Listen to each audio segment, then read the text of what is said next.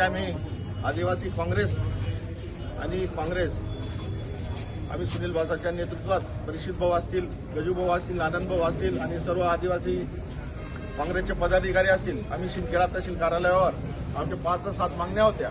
त्याच्यात शिंदखेडा शहरातला 12-15 पंतप्रधान घरकुल मिळाला पाहिजे, सर्व दाखला मिळाला पाहिजे. डाणाणा गावातील नदीकाठील जो अतिक्रम आहे तो तात्काळ काढून तिथं अतिक्रम हटवलं पाहिजे, सुशोभीकरण केलं पाहिजे.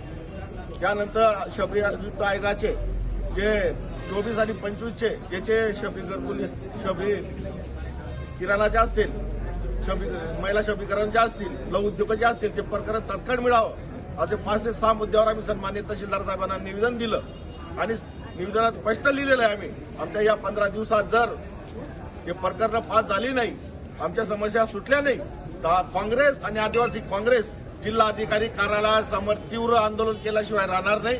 आणि आम्ही राहुल गांधीच्या सांगण्यावरून गावागावात काँग्रेस, घराघरात काँग्रेस, धुळ्या जिल्ह्यात शिंदखेडा तालुक्यात आम्हाला मंत्र दिलेला आहे राहुलजी गांधींनी, लढा झगडा लोकांसाठी.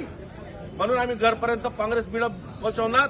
हे तो एक झाकी आहे, अभी पिक्चर बाकी है. आपकी जय जवाहर जिंदाबाद.